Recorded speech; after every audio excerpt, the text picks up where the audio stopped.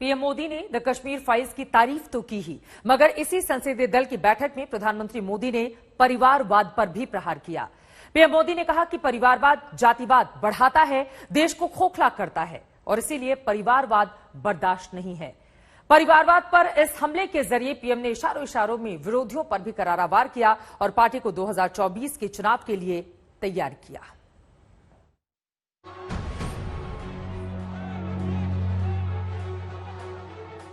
भारत में परिवारवादी राजनीति का, ये मेरे शब्द लिख करके रखिए दोस्तों, एक न एक दिन ऐसा आएगा जब भारत में परिवारवादी राजनीति का सूर्यास्त ये देश के नागरिक करके रहेंगे। 4 राज्यों में शानदार चुनावी जीत के बाद पीएम मोदी ने परिवारवाद वाली जिस राजनीति पर सीधा प्रहार किया था, परिवारवाद पर उन्होंने कुछ ऐसा ही वार बीजेपी संसदीय दल की बैठक में भी किया। पीएम मोदी ने परिवारवादी राजनीति को जातिवाद से जोड़ा और इशारों में विरोधी दलों पर हमला बोला। परिवारवाद को लोकतंत्र के लिए खतरा बताते हुए पीएम मोदी ने यहां तक कह दिया कि अगर पार्टी नेताओं के बच्चों के टिकट कटे हैं तो वो उनकी ही वजह से कटे हैं। पीएम मोदी ने कहा, साल 2024 के लोकसभा चुनाव में परिवारवादी पार्टियों के कृत्यों को कश्मीर से कन्याकुमारी तक उजागर करना है। बीजेपी सांसदों के बच्चों को टिकट नहीं मिला क्योंकि ये परिवारवाद में आता है। उन्हें मेरी वजह से टिकट नहीं मिला।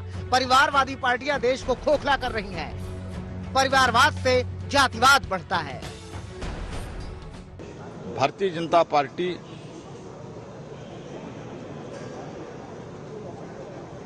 कैसे परिवारवाद के खिलाफ एक माहौल अभी देश में है और जो लोगों का भावना है वो भावना के आदर करते हुए भारतीय जनता पार्टी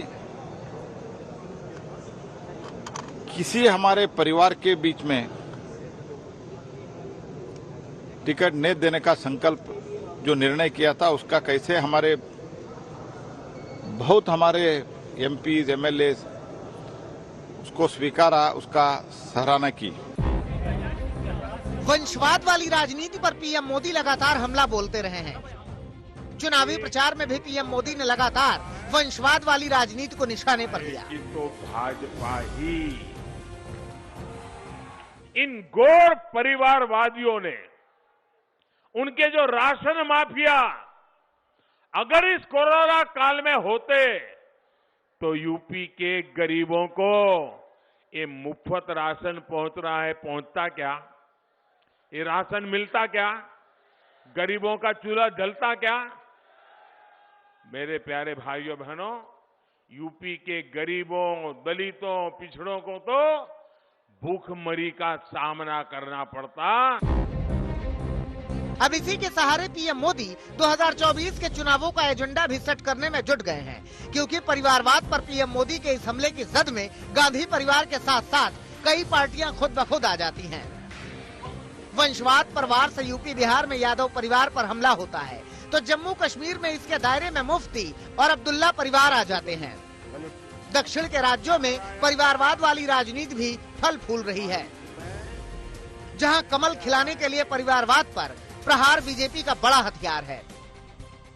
बड़ी बात यह भी है कि परिवारवाद पर प्रहार के बहाने कांग्रेस हमेशा ही पीएम मोदी के निशाने पर रहती है, जहां खुद भी परिवार वाली सियासत को लेकर तकरार चल रही है। गांधी परिवार के खिलाफ बदलाव की मांग उठ रही है। आने वाले दिनों में गुजरात और हिमाचल प्रदेश में विधानसभा चुनाव होने हैं, जहां बीजेपी का सीधा मुकाबला कांग्रेस से होने की उम्मीद है। यहां भी कांग्रेस के परिवारवाद को बीजेपी मुद्दा बनाएगी और आने वाले दिनों में परिवारवाद के खिलाफ अपने इस अभियान को आगे बढ़ाएगी। आज तक ब्यूरो। एक तरफ जीत के जोश से लबरेज है यहां पर भारतीय जनता पार्टी, तो वहीं दूसरी तरफ आपको बता दें कांग्रेस पार्टी से इस वक्त एक बड़ी खबर आ रही है। सीधे उसका हम लोग करेंगे। 5 राज्यों में जिस तरह से बुरी हार हुई है कांग्रेस की, हार पर कांग्रेस का बड़ा एक्शन सामने आ रहा है। यूपी, उत्तराखंड, पंजाब के प्रदेश अध्यक्ष इस्तीफा देंगे, यह खबर सामने आ रही है। गोवा, मणिपुर के कांग्रेस प्रदेश अध्यक्ष भी इस्तीफा देंगे। उत्तर प्रदेश जैसे बड़े राज्य में कांग्रेस पार्टी 2 सीटें लेकर आती है 403 सीटों में से। जबकि वहीं गोवा में भी बुरी हार उसकी हुई। पिछली बार तो उसकी सीटें ज्यादा थी, इस बार बीजेपी उस पर हावी हो गई। पंजाब से उसकी सरकार चली जाती है। उत्तराखंड में भी कोई करिश्मा नहीं कर पाती। यही कारण रहा कि 5 राज्यों में हार पर कांग्रेस का ये बड़ा एक्शन। सुप्रिया भारद्वाज मेरी सहयोगी जुड़ चुके हैं ज्यादा जानकारी के साथ। सुप्रिया, कांग्रेस का ये बड़ा एक्शन क्या कहता है? फिर से मंथन का दौर, और इसके जरिए फिलहाल ठीक रहा इन 5 राज्यों के कांग्रेस अध्यक्ष पर। चित्रा, जहां तक कांग्रेस पार्टी का सवाल है, जो उस दिन हमने बैठक देखी थी रविवार को, जो लगभग 3.5-4 घंटे चली थी कांग्रेस के मुख्यालय में दिल्ली के अंदर, वहां से तो बात यही निकल के आई थी कि मंथन काफी हो गया, अब तो एक्शन की बारी है। वो जो CWC है, जो कांग्रेस पार्टी की हाईएस्ट डिसीजन मेकिंग बॉडी है, उन्होंने उस बैठक में कांग्रेस की जो इंटरिम प्रेसिडेंट है सोनिया गांधी, उनको पूरी पावर दी, अथॉरिटी दी कि आप जो है पार्टी को पूरी तरह से रिवैम्प कर सकते हैं। और उसके बाद से उसके जो नतीजे हैं वो भी दिखने शुरू हो गए। पहला जो सूत्र हमें बता रहे हैं कि पहला ये आप देख सकते हैं कि इस्तीफे मांगे गए हैं। पहली बारी कांग्रेस के इतिहास में कहा जाए कि पिछले 3 दशकों में ये हुआ होगा जहां पे इस्तीफे सिटिंग PCC के मांगेंगे कि इस्तीफे दीजिए। इसके बाद जो है खबरें ये भी छन के आ रही है कि और भी बहुत सारे जो बदलाव हैं वो आने वाले दिनों में पार्टी के अंदर दिखेंगे। एक टोटल रिवैम्प की बात जो है वो कही जा रही है। जिन पार्टी के कुछ वरिष्ठ नेताओं के साथ हमारी बात हुई, उन्होंने कहा है कि जो होम्योपैथी की दवाई अभी तक दे रहे थे, अब उसके बाद जो है सर्जरी का समय आ गया है और पूरी तरह से अब सर्जरी जो है वो होगी, और ये इसके जो है परिणाम अब हमारे सामने आ गए। कांग्रेस पार्टी का बीजेपी के सामने जो हाल है, यकीनन सर्जरी करनी पड़ेगी। नवजोत सिंह सिद्धू बहुत ताली ठोक रहे थे इसके पहले चुनावों के दौरान, हमने देखा, लेकिन आम आदमी पार्टी के सुनामी में कांग्रेस पार्टी पूरी तरह से बह गई। सिद्धू पंजाब कांग्रेस अध्यक्ष पद से इस्तीफा देंगे। अजय कुमार लल्लू, हालांकि वो हार गए, तमकुहीराज जिस विधानसभा सीट से वो चुनावी मैदान में थे, उत्तर प्रदेश कांग्रेस के अध्यक्ष, वो भी इस्तीफा देंगे। ये बड़े बड़े नाम भी इस्तीफा देने को क्या तैयार हैं? क्या खबर मिल रही है खासतौर से सिद्धू को लेकर? देखिए चित्रा, इसमें अलग बात है, इस्तीफा देने की जो समय था वो निकल गया। इसमें तो इस्तीफा मांग लिया गया है। उन्होंने कहा है कि अपने अपने रेजिग्नेशन भेजिए क्योंकि नया हमको रिकंस्ट्रक्ट करना है। जहां तक नवजोत सिंह सिद्धू का सवाल है, पंजाब कांग्रेस से लेके जो है यहाँ तक कि और भी आपने देखा कि लोगों जो केंद्र में भी कांग्रेस पार्टी के काफी वरिष्ठ नेता है, उन्होंने सिद्धू को जो है होल एंड सोल ब्लेम किया है पंजाब में जो कांग्रेस पार्टी की हार हुई है उसके लिए। उन्होंने कहा है कि कंटिन्यूसली जो है पार्टी को ही टारगेट करते रहे, कभी आम आदमी पार्टी के खिलाफ नहीं बोले। और जब इस रिजल्ट आ गए तो उसके बाद भी उन्होंने कहीं ना कहीं जो है आला कमान को या फिर कहा जाए तो कांग्रेस पार्टी को टारगेट करना नहीं छोड़ा। तो अब सिद्धू आगे क्या करते हैं वो देखने की बात होगी। इसके अलावा जो उत्तराखंड है वहाँ पे गणेश गोदियाल थे, अजय लल्लू जो है, सबसे इंटरेस्टिंग बात है कि अजय लल्लू इस समय प्रियंका गांधी के साथ 15 GR। सुप्रिया भारद्वाज जानकारी देते हुए 5 राज्यों में बुरी तरह से हार के बाद कांग्रेस पार्टी ने अपने प्रदेश अध्यक्षों का इस्तीफा मांगा है। इस्तीफों का दौर जैसे ही शुरू होगा, कोई जानकारी सामने आएगी आप तक पहुंचाएंगे। उधर उत्तराखंड में एक बार फिर से वही सवाल खड़ा हो गया है कि आखिर प्रदेश का मुख्यमंत्री कौन बनेगा। खटीमा से पुष्कर सिंह धामी की हार के बाद सवाल उठने लगे कि उत्तराखंड में बीजेपी धामी को मुख्यमंत्री बनाएगी या फिर उसका चेहरा कोई और होगा। मगर इस सवाल का जवाब उत्तराखंड में नहीं बल्कि राजधानी दिल्ली में मिलेगा, और इसीलिए दिल्ली आलाकमान ने प्रदेश अध्यक्ष मदन कौशिक के साथ पुष्कर सिंह धामी को दिल्ली बुला लिया।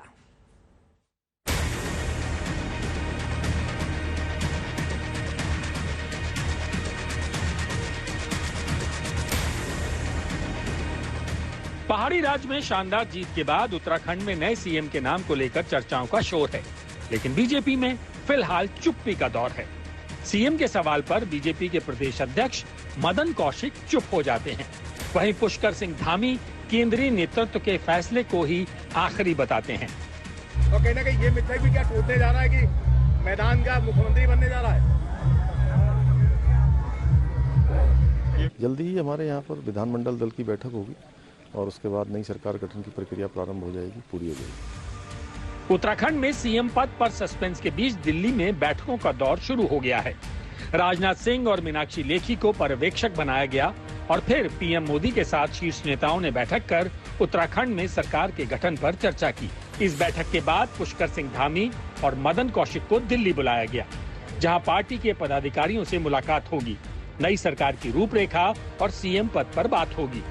अभी तक पता नहीं चल रहा है कि उत्तराखंड में क्या होगा, क्या कब आपकी विधायक दल की बैठक होगी, कौन मुख्यमंत्री का चेहरा होगा। जल्दी पार्लियामेंट्री बोर्ड इस पर निर्णय करेगा। अभी पर्यवेक्षक जाएंगे, पर्यवेक्षक वहां से रिपोर्ट लेके आएंगे और रिपोर्ट के बाद में सारा निर्णय हो जाएगा इस पर। उत्तराखंड में सत्ताधारी बीजेपी तो 2/3 बहुमत से जीत गई है, लेकिन मुख्यमंत्री पुष्कर धामी अपनी सीट नहीं बचा पाए, इसलिए मामला उलझा हुआ है और बीजेपी में मुख्यमंत्री पद के लिए कई नामों पर चर्चा शुरू हो गई है। हालांकि इन चर्चाओं के बीच एक बात तय है कि धामी को फिर से मौका मिले या किसी नए चेहरे पर मोहर लगे। अंतिम फैसला अब दिल्ली से ही होगा। देहरादून से दिलीप सिंह राठौर के साथ आज तक ब्यूरो। अब बात हिजाब पर मचे घमासान की। आज कर्नाटक हाईकोर्ट ने पिछले कुछ महीनों से चले आ रहे हिजाब विवाद पर अपना फैसला सुना दिया।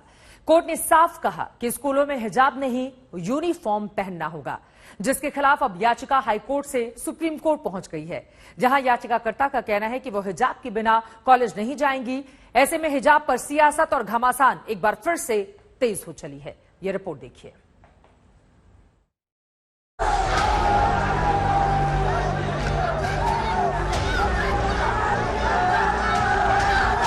अल्लाह अकबर की नारेबाजी करने वाली मुस्कान को भी आज करारा झटका लगा होगा, जिसने हिजाब का समर्थन किया था। उन सभी के लिए कर्नाटक हाईकोर्ट का फैसला एक बड़ा झटका है, जो स्कूलों में यूनिफॉर्म से कहीं ज्यादा हिजाब पहनने की आजादी की हिमायत कर रहे थे।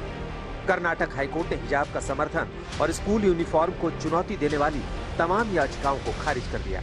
वहीं उसने जो फैसला सुनाया उसकी बड़ी बातें इस तरह हैं। पहली बात ये कि हिजाब इस्लाम के धार्मिक व्यवहार का अनिवार्य हिस्सा नहीं है। दूसरा, छात्र स्कूल यूनिफॉर्म पहनने से इनकार नहीं कर सकते। तीसरा, स्कूल यूनिफॉर्म व्यवस्था बनाए रखने के लिए लागू की गई वाजिब पाबंदी। और चौथा, कर्नाटक सरकार के 5 फरवरी के आदेश को अमान्य करार देने का कोई मामला नहीं बनता है।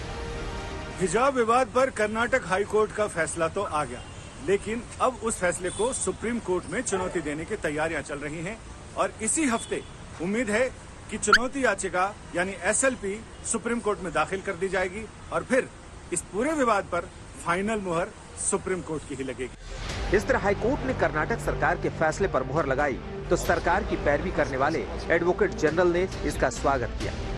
Held that wearing of hijab does not form part of essential religious practice. It is also held that institutional discipline will prevail over individual choice. Has held that it does not violate Article 19(1)(a). The insistence of a school dress without hijab has been held to be a reasonable restriction to be pulled by the institution. इस तरह ये उन लोगों के लिए बड़ा झटका है जो हिजाब को धार्मिक अधिकार बता रहे थे। दूसरी तरफ ये उनके लिए बड़ी जीत है जो हिजाब का विरोध कर रहे थे और शिक्षा को धर्म से ऊपर बताकर स्कूल यूनिफॉर्म पर जारी कर्नाटक सरकार के फैसले को सही ठहरा रहे थे। कर्नाटक हाईकोर्ट की तरफ से रिजेक्ट किया गया और कहा गया कि ये धर्म का हिस्सा नहीं है। इसको लेकर के बहुत सारे लोग सवाल उठाए। हिजाब को लेकर के ये जो हारा रंगामा था वो टाइटल और जहाँ तक सवाल है हिजाब पर हिंदुस्तान में कोई प्रतिबंध नहीं है। आप मार्केट में हिजाब पहन के जा सकते हैं, आप किसी भी महफिल में हिजाब पहन के जा सकते हैं, आप किसी कार्यक्रम में हिजाब पहन के जा सकते हैं, लेकिन जो इंस्ट्रक्शंस हैं उनके अपने ड्रेस कोड होते हैं, डिसिप्लिन होती हैं, डेकोरम होते हैं, उसे स्वीकार करना पड़ेगा। इस निर्णय का मैं स्वागत करता हूं। मैं सभी संबंधित लोगों से अपील करता हूं कि अभी देश और राज्य आगे बढ़ना है। ये संकुचित चीजों में हम नहीं पड़ना है। जो हाईकोर्ट का निर्णय है सबको पालन करके एक शांति का माहौल बना के रखना है। बीजेपी कर्नाटक हाईकोर्ट के फैसले का स्वागत कर रही है और विवाद को छोड़ आगे बढ़ने की बात कर रही है, लेकिन स्कूल कॉलेजों में हिजाब का समर्थन करने वाले याचिकाकर्ता खुश नहीं है। वो हाईकोर्ट के फैसले को सुप्रीम कोर्ट में चुनौती देने का मन बना रहे हैं। यानी हिजाब पर हंगामा थमा जरूर है लेकिन खत्म नहीं हुआ। दिल्ली में जितेंद्र सिंह और बेंगलुरु में नोलन पिंटो के साथ नागार्जुन, आज तक।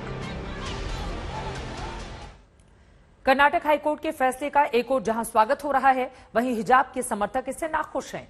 वो अब भी हिजाब के समर्थन में दलीलें दे रहे हैं। मामला सुप्रीम कोर्ट पहुंच चुका है, वहीं सियासत इस पूरे मामले में लगातार जारी है।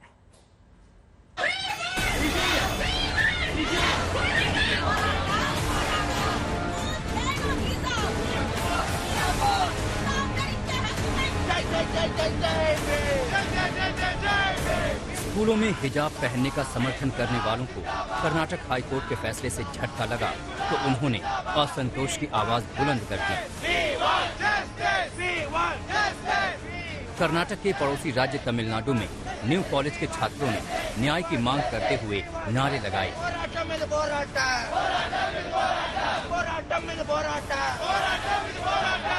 वहीं उनके धार्मिक नारों से भी आसमान गूंज उठा। दूसरी तरफ फैसला आते ही कर्नाटक के यादगिरी में इम्तिहान देने वाली छात्राएं उल्टे पैर घर लौटती नजर आई। गवर्नमेंट पीयू कॉलेज की छात्राओं ने पूरा इम्तिहान भी नहीं दिया। ये छात्राएं परीक्षा की तैयारी के साथ आई थी। सुबह 10 बजे परीक्षा शुरू हुई और उसे दोपहर 1 बजे तक पूरा होना था। मगर इस बीच फैसला आते ही करीब 35 लड़कियां स्कूल से निकली और घर लौटने लगी। अब वो अपने माँ बाप से पूछ कर आएंगी कि हिजाब के बिना उन्हें क्लास में आना है या नहीं। हम इस्लाम के फॉलोअर्स हैं, हमें पता है अल्लाह सुब्हाना व तआला ने कुरान में ये कहा है कि पर्दा आपको करना है।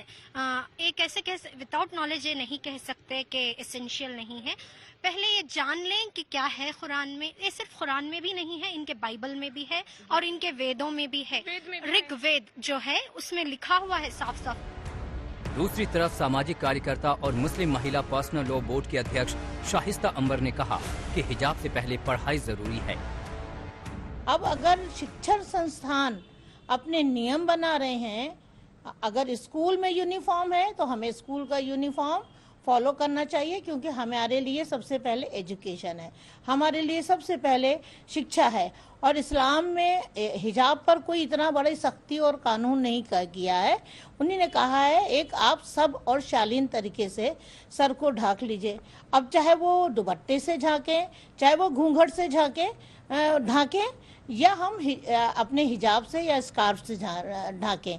अगर हमारे स्कूल के यूनिफॉर्म में अगर इस तरह की ड्रेस है और किसी चीज़ को मना किया गया है तो हम सब भी शालीन ड्रेस पहन करके स्कूल के यूनिफॉर्म को फॉलो करें, स्कूल के रूल को फॉलो करें।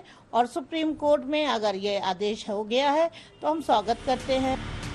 मगर हिजाब के समर्थक ओवैसी जैसे सियासतदान कर्नाटक हाईकोर्ट के फैसले से इत्तेफाक नहीं रखते। एसेंशियलिटी का जो टेस्ट है वो कोर्ट कैसे तय करेगा, तो इसीलिए इसको अपील करने की जरूरत है। और सुप्रीम कोर्ट में वहाँ ऑलरेडी सुप्रीम कोर्ट साबरीमाला के केस को सुन रही है कि वो प्रैक्टिस एसेंशियल है या नहीं है। और हेड स्कार्फ को बैन करने का मतलब ये है कि वो उन मुस्लिम लड़कियों को उनके बिलीफ को हर्ट करता है। और ये कहा जा रहा है कि आप या तो अपने रिलीजन पर चलिए या एजुकेशन को छोड़ दीजिए। हमारा मानना यह है कि एजुकेशन जारी रहेगा हमारे बिलीफ के साथ। और हिजाब पहनने से देखिए सरकार इंटरवीन कब कर सकती है, जब मेरा एक्शन जो है वो किसी को हर्ट कर रहा है, हार्म कर रहा है, तो किसी को हार्म नहीं हो रहा है। कर्नाटक हाईकोर्ट के फैसले से असहमति जताने वालों में महबूबा मुफ्ती और जम्मू कश्मीर में उनके विरोधी उमर अब्दुल्ला भी शामिल हैं। महबूबा मुफ्ती ने लिखा, हिजाब प्रतिबंध को बरकरार रखने का कर्नाटक हाईकोर्ट का फैसला बेहद निराशाजनक है। एक तरफ हम महिलाओं के सशक्तिकरण की बात करते हैं और दूसरी ओर हम उन्हें चुनने के अधिकार से वंचित कर रहे हैं। ये सिर्फ धर्म का नहीं बल्कि चुनने की स्वतंत्रता का मुद्दा है। वहीं उमर अब्दुल्ला ने लिखा, कर्नाटक हाईकोर्ट के फैसले से बेहद निराश हूँ। आप हिजाब के बारे में क्या सोच सकते हैं? ये सिर्फ कपड़ों के बारे में नहीं है, ये एक महिला के अधिकार के बारे में है कि वो कैसे कपड़े पहनना चाहती है। अदालत ने इस मूल अधिकार को बरकरार नहीं रखा, ये एक मजाक है।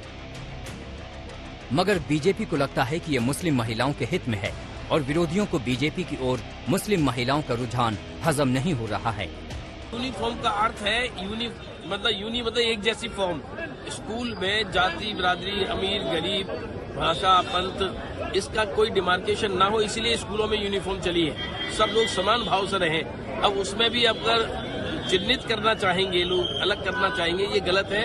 ये मैं पहले भी कह चुका हूँ। और ये केवल क्षुद्र राजनीति के कारण किसी लोगों ने फैलाया है कि मुस्लिम महिलाओं में भारतीय जनता पार्टी और खासकर हमारे नेता, देश के यशस्वी प्रधानमंत्री माननीय मोदी जी के प्रति जो लगाव बढ़ा है, उसको कैसे इसमें सेंध लगाई जाए। और लेकिन वो उसमें अब सफल नहीं होंगे, मुझे ऐसा लगता है। हिजाब के मुद्दे पर चुनाव में गोलबंदी की भरपूर कोशिश हुई। हालांकि यूपी समेत 4 राज्यों का नतीजा ये साफ करता है कि इसे भुनाने की कोशिश नाकाम रही। मगर हिजाब पर सियासत अब भी जारी है। बेंगलुरु में नागार्जुन और दिल्ली में मिलन शर्मा के साथ आज तक ब्यूरो। दरअसल ये पूरा विवाद जनवरी में शुरू हुआ था। तब कोर्ट समझ ही नहीं पाया था कि अचानक हिजाब पर इतना हंगामा क्यों मचा है। मगर इस पर जब सियासत शुरू हो गई तो देखते ही देखते ये देश का एक बड़ा मुद्दा बन गया। देखिए हिजाब विवाद की शुरुआत कब, कहां और कैसे हुई।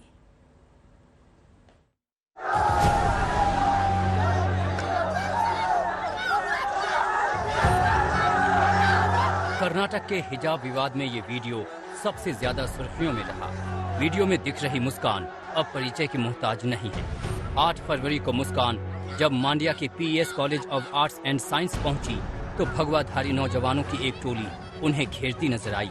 वो जय श्री राम के नारे लगा रहे थे। वहीं जवाब में मुस्कान पूरी ताकत से अल्लाह अकबर कहती दिखाई देती है। तब हिजाब विवाद जोर पकड़ चुका था और इस घटना ने उस विवाद को और हवा दे दी। And I came, and then again they started Jai Shri Ram, Jai Shri Ram, Jai Shri Ram, and I was just passing. Again, a lot of boys were standing, and also they were from outsiders, and also from our college also. But our principal and every lectures has supported me, and they started giving slogans like Jai Shri Ram, Jai Shri Ram, and they were telling me to remove burqa, then you are allowed to go for college and all. So even I started screaming Allahu Akbar. Lots of boys were standing and they were just screaming and coming back of me. मुस्कान के समर्थन में हिजाब का समर्थन करने वाले ओवैसी भी खड़े हो गए। यूपी चुनाव के दौरान आज तक से खास बातचीत में उन्होंने मुस्कान की तारीफ की और स्कूलों में भी हिजाब को जायज ठहराया। हाँ, हिजाब पहन रहे, हिजाब और निकाब जो है वो कुरान में आयत में लिखा हुआ है। कुरान की आयत में है, वो तो फर्ज है। हर एक महिला को आप नहीं पहनते अलग बात है, मगर वो तो उसका जिक्र है। और उस लड़की मुस्कान ने जो मजाहरा किया बहादुरी का, मैं कहता हूँ बिल्कुल बहादुरी का मजाहरा। अब एक 25-30 लड़के भाग कर आ रहे हैं, एक हुजूम और नारे लगा रहे हैं, डरा रहे हैं। लोग ये नहीं बता रहे कि उसको अंदर आने से रोका गया था। उस लड़की को, वो अपना असाइनमेंट सबमिट करना चाह रही थी, वो लड़की आई, तो उसमें इसको ध्रुवीकरण राजनीति क्यों बोलेंगे? दरअसल ये पूरा विवाद कर्नाटक के उडुपी से शुरू हुआ था। एक सरकारी कॉलेज की 6 छात्राएं हिजाब पहनकर कॉलेज आई थीं। कॉलेज प्रशासन ने छात्रों को हिजाब पहनने से मना किया, लेकिन अगले दिन वो फिर हिजाब में कॉलेज आ गई।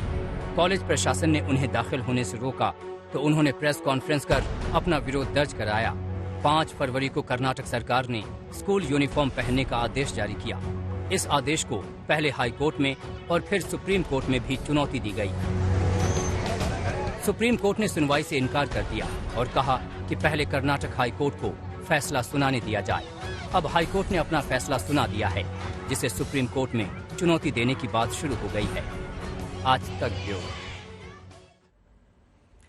अब ऊपरी अदालत की ओर से इस पूरे मामले में क्या फैसला आता है, इस पर रहेगी आज तक की नजर। इसी के साथ शंखनाद में अभी के लिए बस इतना ही।